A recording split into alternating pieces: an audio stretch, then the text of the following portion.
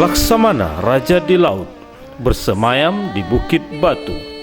Sepenggal kalimat yang sangat akrab di telinga kita, sebuah lagu yang sangat booming di belantika musik Indonesia. Tapi siapakah sebenarnya Laksamana Raja di Laut? Untuk itu, Majelis Seniman dan Budayawan Kota Dumai melakukan napak tilas sejarah Laksamana Raja di Laut. Tak banyak orang tahu asal-usul sejarah peradaban kuno, terutama di Kota Dumai, Bukit Batu, Bengkalis, dan Siak, yang banyak mengandung dan mencatat bukti sejarah. Dari sinilah titik awal melangkah mengenali sebuah kebenaran secara fakta, agar mampu tergali lebih dalam dan terespon ke dunia luar, dan menjadikan budaya salah satu sumber kekayaan negara. Para pemirsa yang kami hormati, saat ini kita berada di lokasi Raja di Laut, yang pada situs-situs ini akan kita menjelajah beberapa situs-situs sejarah yang barangkali merupakan salah satu wisata ataupun historis untuk Kota Dumai. Barangkali kita akan bisa melihat situs Datuk Laksamana, yang kalau kita lihat di dalam buku-buku sejarah tentang sejarah budaya Dumai, banyak situs-situs yang harus kita pelajari, titik-titik di mana sejarah ini akan terungkap. Apa benar Raja di Laut adalah ada? Kita ikutin untuk episode berikutnya. Kita akan menjelajah ke beberapa lokasi dan kita akan mengikuti beberapa jejak-jejak. Kita langsung saja. Pada masa dahulu, pada abad ke-15 tahun 1645 Masehi, datanglah sepasang suami istri dari negeri Melaka yang ingin menetap di Muntai, yaitu sebuah desa yang terletak di pantai utara Pulau Bengkalis. Hasil musyawarah seluruh batin-batin kepala suku yang ada di Bengkalis, akhirnya sepasang suami istri tersebut diperkenankan untuk menetap di Muntai. Kemudian suami istri tersebut mengangkat anak yang diberi nama Intan. Tak berapa lama kemudian, mereka juga dikaruniakan seorang anak perempuan yang kemudian diberi nama Encik Mas.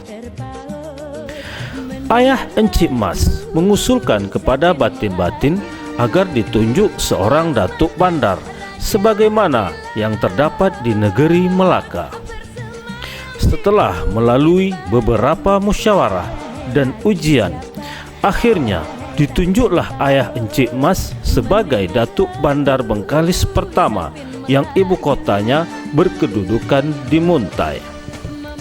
Dalam menjalankan pemerintahannya sehari-hari sebagai datuk bandar Bengkalis, beliau selalu didampingi kedua putrinya. Dan jika beliau berpergian ke Bandar Melaka, Encik Mas lah yang menggantikan kedudukannya selama beliau tidak berada di tempat. Pada tahun 1675 Masehi, sebagai penggantinya ditunjuklah Encik Mas sebagai datuk bandar Bengkalis yang kedua.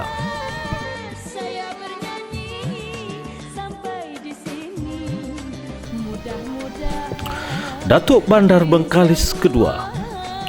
Dalam upaya menjaga ketertiban dan ketentraman Pulau Bengkalis, Encik Mas membentuk Badan Keamanan di dalam bandar. Pada tahun 1680 Masehi, Pulau Bengkalis didatangi sebuah perahu armada perang dari Sulawesi Selatan milik putra Sultan Wajok, yang di dalamnya ada 4 orang sultan, yakni Daeng Tauge, Daeng Puare, Daeng Rongge, Daeng Senggere. Daeng Tauge mengajukan pinangan kepada Encik Mas, yang akhirnya dimeriahkan dengan pesta pernikahan mereka. Genap 1 tahun usia pernikahan mereka, diangkatlah Daeng Tauge sebagai Panglima Tauge di bawah pemerintahan Datuk Bandar Bengkalis. Situs peninggalan Datuk Laksmana Raja di Laut, di mana Laksmana Raja di Laut mengukir dalam beberapa prestasi Kota Dumai. Barangkali kita melihat bagaimana perjuangan Laksmana Raja di Laut menjadikan salah satu ikon pahlawan yang sangat ditakuti lawan-lawannya. Dia memiliki amunisi, beberapa peralatan perang yang baik secara tradisional maupun rampasan dari Belanda, juga melengkapi dari beberapa kisahnya dalam menerjang beberapa. Di antaranya Raja di Laut adalah salah satu gelar yang diberikan dari Kesultanan Raja Siak. Baik pemirsa, kita akan lihat bagaimana sepak terjang kronologisnya Raja di Laut menjadikan salah satu pemangku yang sangat kuat di kerajaan pada waktu itu. Pada tahun 1690 Masehi, Encik Mas melahirkan seorang anak yang diberi nama Jamal. Setelah anak ini dewasa, dinamakanlah Encik Jamal. Setelah Encik Jamal mencapai usia 30 tahun, maka diangkatlah Encik Jamal sebagai Datuk Bandar Bengkalis yang ketiga. Sekitar tahun 1720 Masehi, Encik Jamal membuat sebuah perahu yang amat besar, menyerupai perahu-perahu yang ada di daerah Sulawesi. Setelah perahu tersebut siap, maka perahu tersebut diberi warna kuning bertumpuk-tumpuk pada bagian badannya dengan memakai layar bugisnya. Layar dan jibnya berwarna putih, yang kemudian perahu tersebut dinamakan Lancang Kuning. Para pemirsa, ada hal yang unik yang barangkali kita harus tahu lebih lanjut untuk mengetahui jejak-jejak MSD untuk mencari kebenaran fakta dan realita silsilah dari Raja di Laut. Kita ikutin dulu untuk kita cari narasumbernya.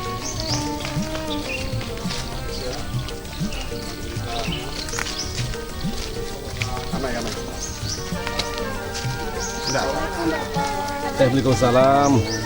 Kami dari kita mewakili dari MSD, kan kami ingin mengetahui lebih detail nih. Kalau tidak salah untuk Pak Burhan ya? Ya betul. Ini kalau dari sejarah untuk Kesultanan ini urutannya bagaimana? Jadi ini kalau menurut sejarah, saya itu termasuk urutan mana yang ketiga, itu termasuk datuk saya asli. Terus orang ini berketurunan kan kakak beradik. Nah, jadi yang ketiga ini mendapat Laksmana keempat. Keempat anaknya dia, anak yang ketiga. Terus yang ketiga, yang keempat ini termasuk istilahnya paman saya. Paman saya, tempat cik saya kan cik. Pak Burhan sendiri untuk silsilah keluarga di Dumai masih banyak ya? Masih. Baik pemirsa, sangat luar biasa kita bisa ketemu dengan narasumber yang pada kesempatan ini masih diizinkan Allah untuk memberikan usia yang luar biasa panjang dan bisa memberikan keterangan-keterangan yang menjadikan saksi bukti kesejarahan. Ya. Pak Burhan, boleh tahu nih, ini sejarahnya meriam ini memang dari Belanda atau jajahan Inggris? Nah, begini. Jadi kita kalau ingin menceritakan masalah meriam ini namanya Sumpit Bone, ini namanya Beladu. Nah, jadi ini kalau kita mau sejarah ini harus diurut dari perkembangan Datuk Laksana yang pertama. Oh begitu. Ini Datuk Laksana pertama ini ada keturunan dari Bugis Sulawesi. Jadi dia kalau misalnya yang sekarang ini kan sudah termasuk republik. Jadi kita tidak bisa menguraikan ini bahwa ini milik yang Laksmana yang keempat, cuman dia pewaris. Tapi paling enggak situs ini membuktikan bahwa pada waktu itu sudah terjadi adanya sebuah perlawanan, sebuah perjuangan antara waktu itu kerajaan dinamakan kerajaan Siak atau Dumai ini meliputi kerajaan mana? Nah, jadi perlu saya ceritakan. Pada tahun 1680 ya, terjadinya ada anak Sultan Wajuk atau Sulawesi yang merantau sampai ke Pulau Bengkalis. Ya. Di sampai Pulau Bengkalis dia singgah di Pelabuhan Bengkalis. Iya. Singgah Pelabuhan Bengkalis. Sewaktu itu dia rupanya anak Sultan Wajuk, Wajo. Oh, Wajo. Sultan Sajuk atau dari Sulawesi Ya. Selatan, yang mempunyai putra 4 orang. Putra tersebut namanya Daeng Tuage, Daeng Pearik, Daeng Monggik, dan Daeng Singrik. Oh gitu. Dari keempat anak sultan ini, dia beberapa tahun kemudian dia tinggal di Bengkalis. Sampai di Bengkalis, yang 3 beradik ini meminta izin sama abangnya untuk melanjutkan perjalanannya sampai ke Bintan, ke Johor, dan sampai ke daerah lainnya. Sehingga yang paling tua, yang nama Daeng Tuage tersebut, tinggal di Bengkalis. Oh gitu. Nah, itu sejarah awalnya ya. Sejarah awal munculnya. Ya. Setelah sampai di Bengkalis, dia tertarik dengan anak gadis Gadis. Bengkalis, anak Datuk Bandar Jamal, anak Datuk Bandar, anak Sabandar istilahnya. Terjadilah pergabungan, Terjadilah istilahnya Pina Meminang. Minang. Pina Meminang itulah tersebut hadiah pinangan ini. Oh, meriam nih. Ya, kita mulai. Pada saat terjadi pinangan, apakah tidak ada terjadi konfrontasi? Ini kan ada terjadi dua satu dari Sulawesi, satu dari Melayu. Tidak Ya, ada betul. terjadi perpecahan atau apa perjanjian? Nah, waktu itu yang paling besar ini Daeng Tuage ini tinggal di Bengkalis, Bapak Purnama. Dia menjumpai Sabandar Bengkalis. Jumpa Sabandar Bengkalis, dia ingin meminang anak Sabandar tersebut namanya Cik Mas. Cik Mas tersebut pinangan diterima, tapi dengan harapan, dengan perjanjian diminta oleh Datuk Bandar bahwa dia tidak boleh memakai nama Daeng atau yang dari Sulawesi, diganti dengan nama Panglima. Iya, iya. Yang kedua, dia tidak boleh membuat suatu pemerintahan atau kerajaan sendiri di daerah Bengkalis. Begitu. Jadi itu sebuah perjanjian yang akhirnya ditepatin oleh ini Togek ya, Togek ya. Daeng Tuage. Oke, barangkali kita bisa melihat bukti-bukti sejarah yang lain, Mbak. Bisa ditunjukkan barangkali. Saya lihat ada semacam Maket. kayu. Kayu bangunan apa? Tapi sepertinya sudah kurang terawat ya, Pak ya? Kayak gitu. Oleh karena waktu itu kan kepedulian daripada Pemirsa, kita akan lihat situs-situs peninggalan yang lain yang barangkali Bapak bisa menunjukkan ya, Ya. sejarahnya. Mungkin kita melihat ada beberapa di sini ada beberapa titik yang harus kita lihat ya, Pak ya. ada beberapa titik kita lihat. Baik, kita lihat untuk beberapa titik yang barangkali merupakan saksi sejarah Ya. untuk kota dunia. Mari kita lihat.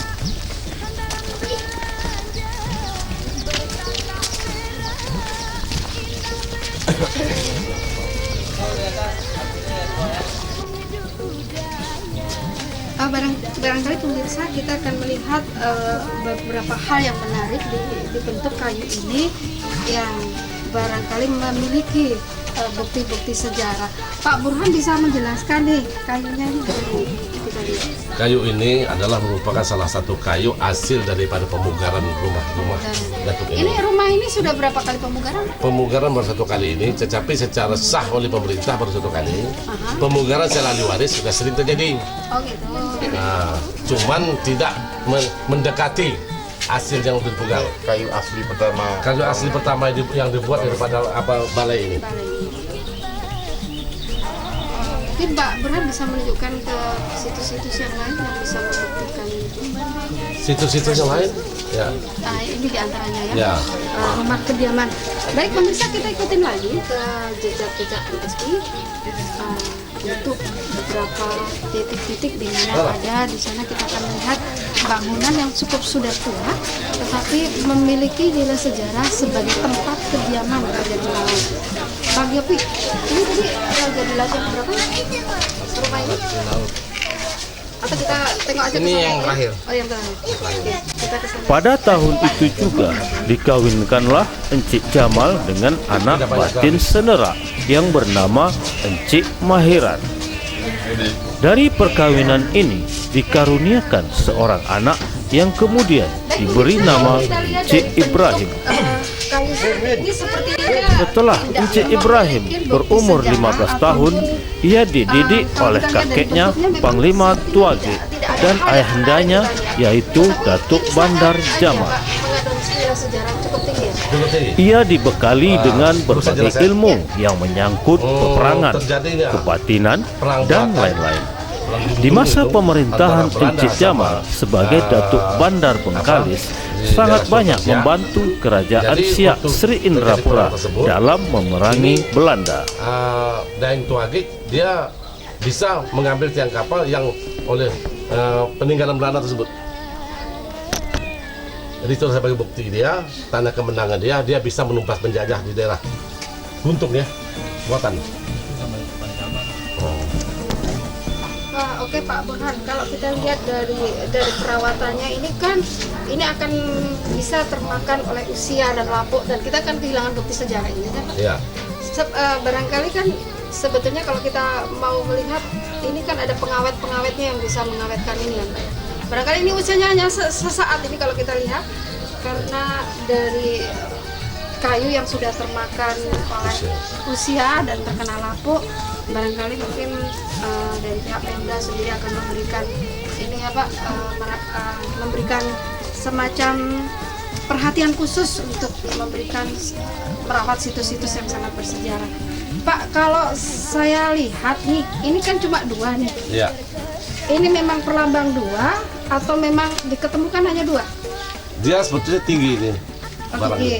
Yang nama tiang perahu, tiang layar kan. Cuman sekarang ini dalam bentuk ini yang bisa lagi yang bisa diselamatkan, yang diamankan oleh karena barang ini dulunya tertaruh di makam tersebut diambil orang untuk bikin kayu gaharu. Sedikit kan? Nah, habis di makam juga ada nih sisa dia. Ini keistimewaan kayu ini sendiri apa Pak selain sebagai situs sejarah? Kayu ini istimewanya bisa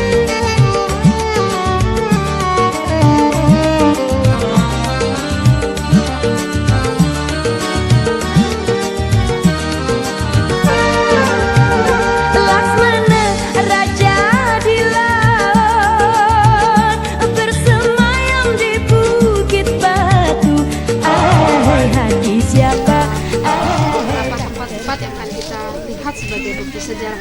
Pak Burhan bisa menunjukkan lagi? Boleh. Mana kita harus melangkah?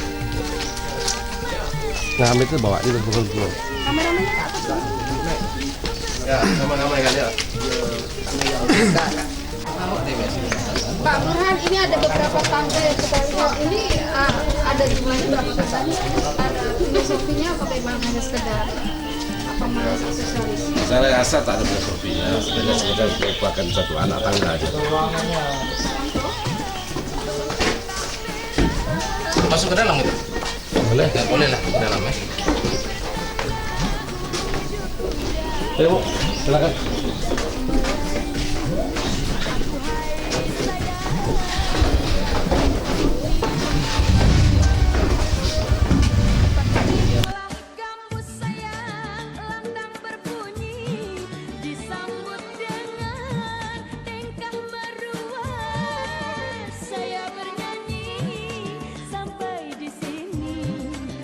Mudah-mudahan hadirin semua menjadi purwa. Para pemirsa, saat ini kita berada di ruangan yang sebetulnya tidak terlalu besar. Kita lihat dari beberapa desain yang sudah cukup tua, tetapi masih terawat dengan bagus. Kalau kita lihat dari buku sejarah tahun 1642 atau 80 Masehi, sebelum Masehi, Pak? Sebelum Masehi. Sebelum Masehi. Setelah itu udah dekat. Ini dari bangunan ini yang masih asli, belum pernah dibongkar yang sebelah mana? Kalau saya rasa ini udah habis bongkar, habis. Tapi secara yang asli bentuknya cuma asli ya? tiang aja. Tiangnya aja. Yang bawah, tongkat bawahnya. Oh gitu? Nah, kalau di atas dulu atap genting. Iya. Sekarang udah jadi seng kan, udah berubah. Kalau dulu ini pagar ini tuh ada apanya, ada ukirannya. Ini dari hak ini. Ya, oleh pemerintah. total kan. Tambah uang milik seninya bang Ya, Oh, betul. makanya saya bilang waktu itu, mengapa direhab itu mengubah aslinya. Kira ini biasa pakai petak itu. Dan ada hal yang sangat menarik ketika kita melihat pada ke depan ada satu foto yang kalau kita lihat bentuk dari baju seperti kebangsawanan ya bang ya. Ya, Kita bisa lihat, bisa dijelaskan Pak Burhan untuk foto yang berada di sini, kalau baju ini baju panglima. Panglima ya. Ya, baju panglima. Dinas Ya, panglima. Kalau kita pemerintahan PDH lah, Baik, Pak. ya, dinas harian dia. Sebelumnya nih, saya mau kenalan dulu dengan Ya. sepertinya Boleh, Bapak ini sangat tahu betul masalah sejarah, Pak. Kami dari MSB untuk jejak melihat. Nah, saya ini tengoknya kuat sedikit nih. Jadi gini, kami kepingin lihat nih bukti sejarah. Iya. Bapak bisa bercerita tentang bukti-bukti sejarah bahwa Bapak udah berada di sini kira-kira tahun berapa, Pak? Tahun 1930 kali ya. 31 Desember lahir. Berarti sekarang usianya 84. 84 tahun. Berarti masih bisa mengetahui beberapa Sedikit-sedikit ya. kronologi. Iya. Sementara waktu aja kan. Iya. Pak, ini kan kalau kita lihat sudah banyak direnovasi nih. Ya. Sudah banyak dirubah ya, Pak ya? Iya. Kan, Udah. Tetapi kalau bentuknya masih asli ya? Masih Kalau bentuk masih kerangkanya aja. Oke. Tapi kalau untuk peralatannya itu semuanya ganti baru semua. ya. Kira-kira dari sebetulnya ya kalau kita lihat dari foto-foto yang dipasang, Nih. ini Bapak bisa menjelaskan siapa? Sedikit-sedikit bisa menjelaskan Pak. Mungkin bisa dibantu Pak Ya, ya. juga. Sebenarnya kalau diambil istilah dengan Datuk Saudara Ali Akbar ini, Ini Ali Akbar ya? Yang Akbar yang terakhir. ya Ali akhirnya lahirnya yaitu tahun 1883. Ya. 1883 yang dia berkuasa sebagai menjadi datuk yang diresmikan oleh itu Sultan Siak tahun 1913. Ya. Kemudian dia menjabat itu sebagai menjabat Datuk Semarang tadinya itu sampai kira lebih kurang 29 tahun. 29. Dan membantu untuk kerja bapak dia itu yaitu Abdullah Saleh.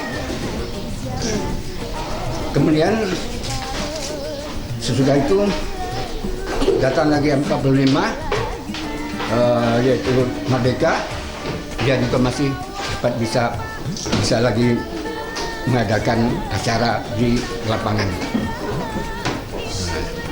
Pak Burhan, kalau dari sisi lainnya Bapak sebagai pewaris juga salah satu. Iya, sebagai pewaris. Tapi kalau pewaris saya kan dari keturunan Warisan. Abdullah Saleh, Datuk Abdullah Saleh. Warisan. Kalau ini Bapak siapa namanya Pak? Ya, Pak? Bapak siapa? Haji Abdul Hamid Basir. Bapak Haji Hamid Basir. Haji Abdul Hamid Basir. Abdul Hamid. orang tua kita sini Bu, dan juga termasuk pewaris dari sebelah Datuk Usman Ali kemudian perempuan ya. Ya, baik. Perempuan. Kalau saya pewaris dari orang tua saya, bapaknya Datuk Usman Ali itu. Ya, ya. Datuk Saleh. Wali lah. Ya. Jadi ini kakak beradik sama bapak saya. Meninggalnya itu tahun 1955. Meninggalnya. Kalau saya lihat, saya baca di situ. Berumur dalam 72 tahun. Berumur dalam 72 tahun. 2 tahun. 72 tahun. Itu dia meninggalnya. Itu di situ ada saya. Ya. Kita bisa lihat lagi ke tempat.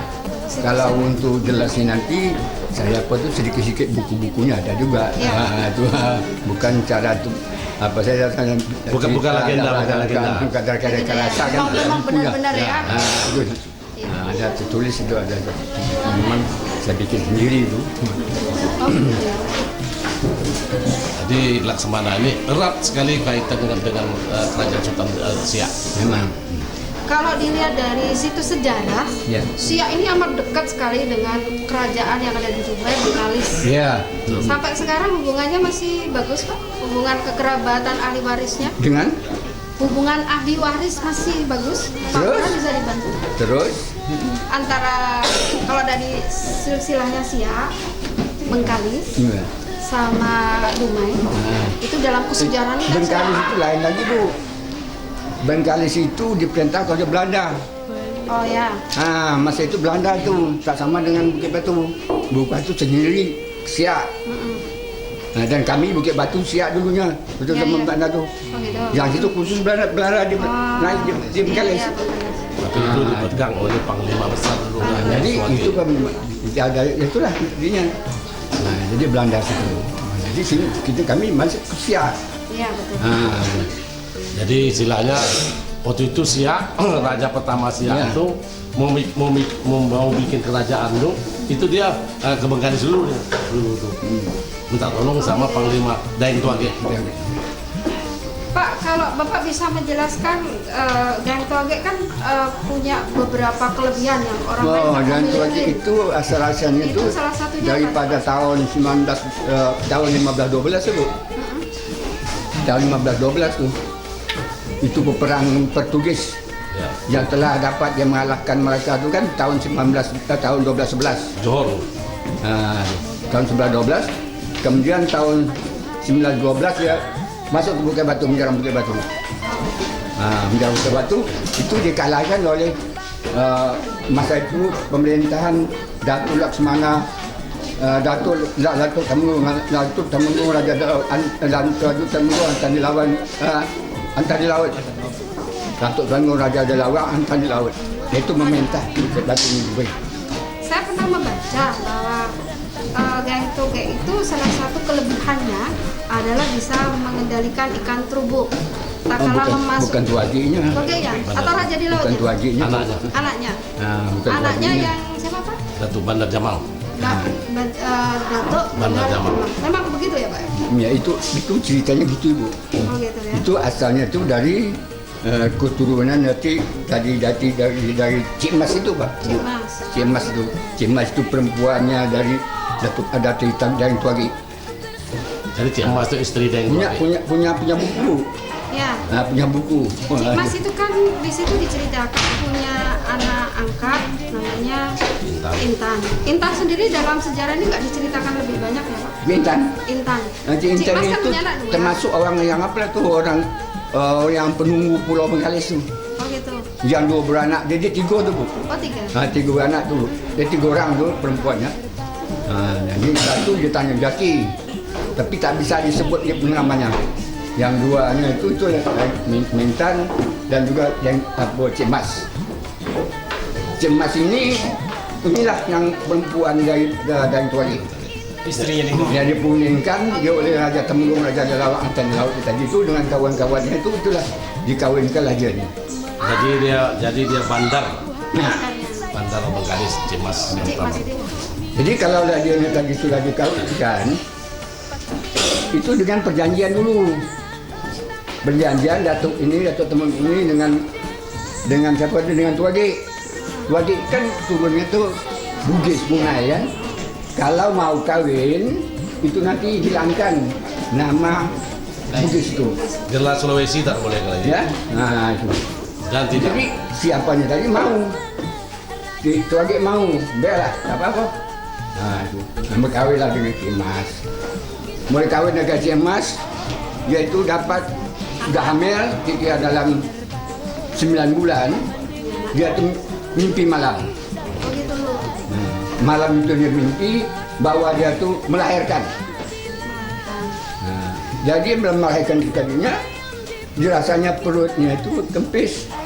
Kok dia sadar darahnya tu tak ada, bayi pun tak ada. Dia sangat heran. Itu dalam mimpinya. Jadi kemudian dia tertidur lagi. Tertidur lagi dia bilang dalam mimpi dia tu datang seorang perempuan yang mendekati dia tu. Apa kata dia bilang? Anak di kau kata aku ambil. satu perempuan yang paling cantik. Yang paling cantik kan. Kemudian itu aku beri namanya Tuan Putri Puyuh-Puyuh. Aku taruh dia di atas pulai, pokok pulai yang rendang. Ke bawahnya itu ada danau. Danau di Pulau Padang. Akhirnya setelah mimpi itu lahir. Setelah 3 mimpi itu dia jaga. Itulah. Aku ini kata dia orang kayangan. Perempuan tadi itu. Hilang. Tapi ada hubungan mimpi dengan kenyataannya Cik. Iya. Gimana setelah lahir? Itu sekarang saya tanya dia betul di Pulau Padang. Oh begitu. Itu Tuan Putri itu kan. Jadi ada hubungan Tuan Putri itu dengan Datuk Laksmana tadi itu dengan si apa tadi Tori. Dengan si Mas tadi kan. Jadi kenapa nanti ikan tubuh? Ini lain lagi daripada ikan tubuh lagi pula. Tadi kan kita siapa dia Tuan Puyuh kan. Ya. Jadi cerita di siapa ni Raja Turbuk ini ingin dia nak menyuntingkan Tuan Puyuh yang paling cantik ini. Perintahkanlah anak-anak buah dia tu, anak-anak buah ikan tubung tu supaya membawa pulang ikan tu apa tu Tuan Puyuh tu. Jadi sudah tu datang pada bulan-bulan yang telah ditentukan, berduyun-duyunlah ikan-ikan tubung dari Panai, dari Aceh, dari Melaka datang menyeru kan, nak pergi ke Pulau Padang. Kemudian dia singgah dulu ke Pulau Begalis. Di Sungai Begalis tu dia minum air itu. Nanti baru dia nanti keluarkan makan. Jadi orang-orang ini sudah tahu seperti itu, dia pasang jaring. Dari pasang jaring. Jadi pasang jaring itulah. Tadinya tu ikan tu pun lekat pada jaring. Pakcik, Itu situ. Pulau Padang tu Pakcik memang di Padang yang berado atau namanya memang Pulau Padang? Namanya Pulau Padang. Oh, bukan di Padang sana, bukan. Sebab saya dengar cerita dia kecil itu anaknya dilahirkan ke Padang, ke Patoruyung. Kan ada juga situ macam itu. Ada. Betul jadi bukan nama Memang yang namanya asalnya kerajaan Siak ini daripada Raja Kecil. Raja Kecil. Raja Kecil. Raja Kecil ni riwayatnya juga agak kurang baik juga sedikit riwayat dia tu kan. Tapi kita tidak boleh kita sebutkan dalam masa itu. Jadi Pulau Padang tu dekat mana letaknya di sini? Ujung Bengkalis dekat apa? Depan Bengkalis. Jadi kita lihat ya. Ya. Sana kita jangan kita putih dalam pakai peri. Baik, pemirsa kita akan sebentar, kita akan melihat ada bukti-bukti sejarah yang ada kita pasang di sini. Ini ada fotonya. Ada Pak keris. Kalau tidak salah ini keris ini sangat bersejarah sekali karena keempatnya punya arti semuanya ya. Punya arti semua dan punya unsur magic yang cukup tinggi. Sampai saat ini masih ada keris ini Bapak? Ada Masih sebagian ada, sebagian udah banyak hilang. Ini kan 4. Ya. Jadi kalau sebagian Yang hilang, dua, jadi yang dua. Banyak lagi dia. enggak, yang kalau di dalam cerita itu kan mengandung unsur magic yang cukup tinggi. Ya. Kan keempat ya yang Ya. disebutin ya. Ini kan berarti Yang di tangan kita masih ada 2 ada. Dua. itu masih menggunakan perawatan khusus. Kalau yang pada Badik ya sama bapak ini itu kalau dalam apa ya Iya.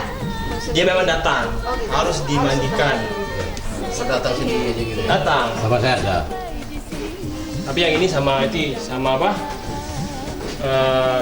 anak Jamal jadi Di Bengkalis. dia lengkap nih mau 4 batang nih Oh berarti ini bukan termasuk aset Pemda ya? bukan Udah nggak masuk pribadi aset masih pribadi Kalau sampai hilang kan kita akan kehilangan sejarah, iya gitu kan? masih banyak yang hilang banyak yang Iya, betul. Pak bisa dijelaskan ini keris apa, terus ini apa? Di alam mana? Yang Mungkin kita lihat dari yang ini tidak bisa sebutkan. ini nggak bisa disejarahkan. Nggak bisa. Memang ada unsur yang tidak boleh dikatakan atau Itu yang mungkin kerajaan tadi yang sudah kita lihat itu ya pakai itulah yang itu. Ya. Yang kerajaan apa yang itu. Ah, Nih. Ini pedang Laksmana. Ya. Wah ini kan. Laksmana yang pakai sekarang itu. Yang ini asli dari Sulawesi ini. Ini namanya tuasi. Tuasi. Tuasi ada namanya itu macam-macam. Ikan bayang juga. Ikan bayang, tabe alam. Jadi bisa dijelaskan kronologisnya keris ini menjadi salah satu penentu keberhasilan keturunan Raja di Laut, Pak Burhan. Saya rasa kalau untuk penentu udah jelas bisa penentu. Oleh karena kan salah satu unsur ya. Salah satu unsur. Beliau setiap dia berangkat, setiap ada upacara, ini keris lah ini dipakai dia. Istimewa dia. Yang ini ya? Ya, yang ini punya apa sama harimau kan? Yang harimau. Harimau ini. Nah, yang ini dia punya sumpah sama harimau. Oh begitu. Tuasi apa Tuasi. itu namanya? Jadi tuasik ini nama tuasik. Cabai alam. Ya, ini ada sumpahnya sama harimau. Jadi kalau harimau dia keluarkan tuasik ini, harimau itu Silau matanya. Silau matanya. Ya. Masih ada barangnya kok. Sekarang sih ada tuh. Ada tuh yang Tuasik. yang ke situ sekarang ada sama Mek. Masih bisa Bangkok. Ah iya, Bang Guntur itu dia. Ya. kan apa Bahas itu namanya? lama pakai itu. Bapak bisa mengetahui kenapa mana didapat keris ini menjadi semacam keris kebanggaan Raja di Laut itu dari asal usulnya dari mana Pak? Nah, itu Dari Wajub. Asalnya dari Wajub. Dari Wajub. Cara pendapatannya tidak diceritakan ya Oh, bagaimana itu warisan dari keluarga warisan dia. ya? Tidak melalui Dari Wajub yang dibawa oleh Daeng Tuabek tadi. Oh, gitu. Itu warisan. Sampai detik ini masih ada unsur magic yang dirasakan sama Bapak? Kalau kita ahli waris ada, tapi kalau orang lain nggak tahu. Di antaranya? Ya. Nggak, saya bukan kenapa gitu ya. Saya merasakan begini saja sudah terasa berat gitu loh.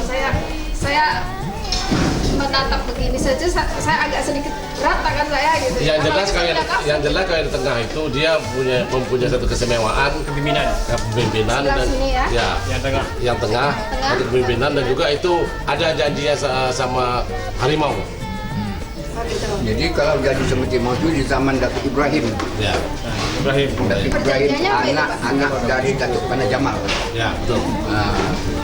Datuk Ibrahim.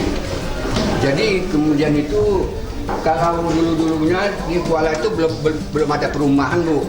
Ya. Belum ada perumahan lagi. Perumahannya itu masih di sini lah. Di daerah sungai ini kan. Jadi orang sini kembali itu kerjanya itu menyaring ikan. Menangkap ikan kan ikan tumbuk tadi. Kemudian itu tangkap harimau. Ditangkap harimau. Itu di zaman Ibrahim. Ibrahim. Jadi Pak, kita Kedua Bu, saya tambahin sedikit Bu, keris yang tengah itu Bapak siapa ini? Herman itu saya cucu daripada Oh, itu. gitu, ya. Yang tengah itu kalau ada musuh, keris itu memberi tanda dia bergoyang. Yang ada kain merahnya? Kain merah, iya. dalam. Ada Tapi musuh bergoyang. Kita hanya musuh aja, bukan kalau orang yang nggak baik dan sebagainya. Dia akan memberi tanda Pemberitaan. Cabai alam memang tuh. Cabai alam. yang merah. Nah, Itu ini sekarang masih ada ya? Masih, yang merah? masih. masih tersimpan ya? semuanya Bu, barang itu sebenarnya masih ada. Tapi Pak sudah banyak dipegang oleh keturunannya Bu. Oleh karena Laksmana ini kan saya ceritakan Pak, Banyak. dia banyak istrinya. Oh begitu. Semua barang itu masih ada Bu. Cuman daripada ahli waris tidak mau menunjukkan karena Laksmana ada Laksmana istrinya banyak. Dari ini. Ada 4. Mereka tidak mau menunjukkan, tetapi barang tersebut masih ada semua itu. Oh gitu. Masih ada semua. Ya, simpan sendiri. Disimpan. Oh gitu ya? Pak Jamal untuk Pak Jamal Bu, saya. Siapa? Herman. Pak Herman untuk apa namanya di sini ahli warisnya yang ada di mana Pak Bekalis? Bengkalis Dumai ada Itu kira-kira batu. berapa orang masih banyak? Kalau kita yang berada di Bukit Batu ini banyak sudah keluar. Orang-orang tua kita pun sudah banyak meninggal. Oh gitu. Nah, jadi istilah pemangku sejarah. Nah, jadi istilahnya untuk menjelaskan hal ini, keturunan Laksmana yang secara pasti yang berada di sini tidak ada banyak keluar. Dulu ada Jamal. Jalan ya Pak ya? Ya. Jalan. Satu tempat 5 menit Pak. Satu tempat 5 menit ya? Itu belum kan? Baik pemirsa, para pemirsa, waktu kita sudah tanpa terasa sudah cukup dekat sekali. Kita akan berbicara secara singkat. Ada beberapa foto yang di sini kalau kita lihat adalah keluarga kebangsaan. Kita lihat dari sosok-sosoknya yang luar biasa, yang mengilhamin banyak tokoh negeri sekarang ini. Bapak bisa menjelaskan foto ini di Anggrek? Ini Datuk ini. Datuk? Ini Datuk. Pak Burhan bisa Ini yang Datuk Laksmana yang keempat. Oh, Laksmana. Datuk Ali Dengan Akbar. Ali Akbar. Oh, yang terkenal, yang sangat Sekarang itu Dan sekarang di belakang ini. Datuk yang 4 ini. Datuk yang terakhir. Raja Laut kan. Raja di Baiklah, kita langsung lihat foto satu lagi. Sepertinya ada foto di ujung. Itu sangat tegak dan sangat menarik kebetulannya. Ini Ali Akbar juga. Iya, Ali Akbar. Ya. Datuk Ali Akbar. Ini anak Datuk saya. Ya. Kakak beradik sama orang tua saya. Oh begitu, masih kakak beradik. Kalau kita lihat dari sosok Ali Akbar ini adalah kebangsawanan dan perjuangan yang sangat gigih melawan waktu itu dia sempat melawan penjajah ya Pak ya? Kalau saya cerita untuk Ali Akbar yang terakhir, memang secara fisik yang menjajah tak ada. Oh, gitu. Cuman Tapi dia pernah mengurus daripada Kesultanan Siak masalah perjanjian dengan Belanda. Itu aja. Oke, Secara fisik tak ada. kita lihat langsung lagi satu foto yang cukup menarik. Ada beberapa silsilah. Ini istri-istri. Bukan ini. Kalau itu tidak usah Bu, itu udah Ini Tadi ya? ya, ini sifatnya sudah lepas daripada keturunan apa ini sejarah Laksmana. Keturunannya ini kan. Hanya ini aja ya. Ya, kalau ini Bu masih asli Bu. Pagar ini masih asli. Pagar ini masih asli, belum pernah dirobak sama sekali. Ini saya. Para pemirsa, ada hal yang cukup menarik, di antaranya sebuah pagar yang diteliti bahwa pagar ini masih mempunyai nilai keaslian yang cukup tinggi, dan hanya pagar inilah satu-satunya dari sekian bentuk bukti sejarah yang masih belum pernah terrenovasi sama sekali. Pak Burhan, bisa dijelaskan ini umurnya berapa tahun kira-kira? Kalau saya pikir ini belum lahir saya. Belum lahir ya Pak ya? Tetapi kok tidak dimakan rayap ya Pak? Ya, itulah. Kalau ini asli. Dulu sini ada tempat Datuk bermain apabila dia dalam capek bekerja atau dia banyak pemikiran, dia ada satu buah piano, musik. Zaman dulu sudah ada? Ada. Sudah ada? Luar biasa. Itu buatan dalam negeri atau? Luar negeri. Tapi tidak musnah semua. Dia tempat dia bermain musik. Pak Burhan, kenapa hanya ini aja yang masih bisa bertahan? Padahal ini kan dari tiang-tiang ini sudah nggak asli. Hanya ini aja yang masih asli, nggak asli itu. Itu saja lah, inilah yang kita kesalkan kepada pemerintah Bangladesh, Seki dan pariwisata. Waktu itu dia melaksanakan pemugaran ini tidak pernah mengadakan koordinasi sama saya. Yang berkoordinasi sama orang sini istilahnya bukan